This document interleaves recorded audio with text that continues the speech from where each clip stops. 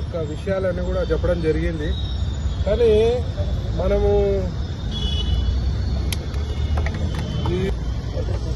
రాధాకిషన్ రావు కానీ బీఆర్ఎస్ కానీ భుజంగరావు కానీ మనం అంటే వీళ్ళు ఎంత అవినీతికి పాల్పడ్డారు, ఎంత ఘోరంగా కూడా ఫోన్ ట్యాపింగ్ చేసి ఒక పర్సనల్ లైఫ్స్ గురించి ఫోన్ ట్యాపింగ్ చేసి పెళ్ళాలది, మొగుళ్ళది, సినిమా హీరోయిన్లది, యాక్టర్లది, ముఖ్యంగా హీరోయిన్లు. ఎందుకంటే ఇక తెలుసు కదా ఎవరికి హీరోయిన్ల పిచ్చి ఉంటుందో.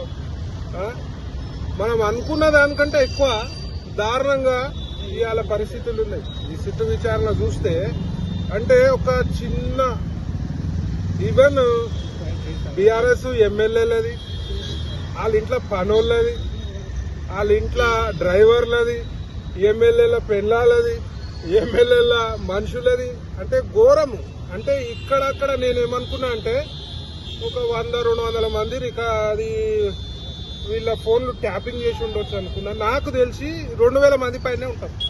అంటే ఒక షాకింగ్ విషయం ఏంటంటే ఒక్క మనిషి చికోటి ప్రవీణ్ది చేసిరు. చికోటి ప్రవీణ్ కి దగ్గర ఎవరు, వాళ్ళకి ఎవరి దగ్గర అంటే ఇక వీళ్ళకి వానికి రాధాకిషన్ గారికి ఒక స్పెషల్ గా ఒక జియో తీసుకొచ్చి 3 ఏళ్లు ఓఎస్డీకి ఇచ్చిరంటే వానికి ఇదే పని పెట్టినట్టుంది, వేరే పని పెట్టినట్లేదు. అంటే మంది కొంపలల్లో పోయి ఇన్రా నువ్వు ఎమ్మెల్యేలే తిను.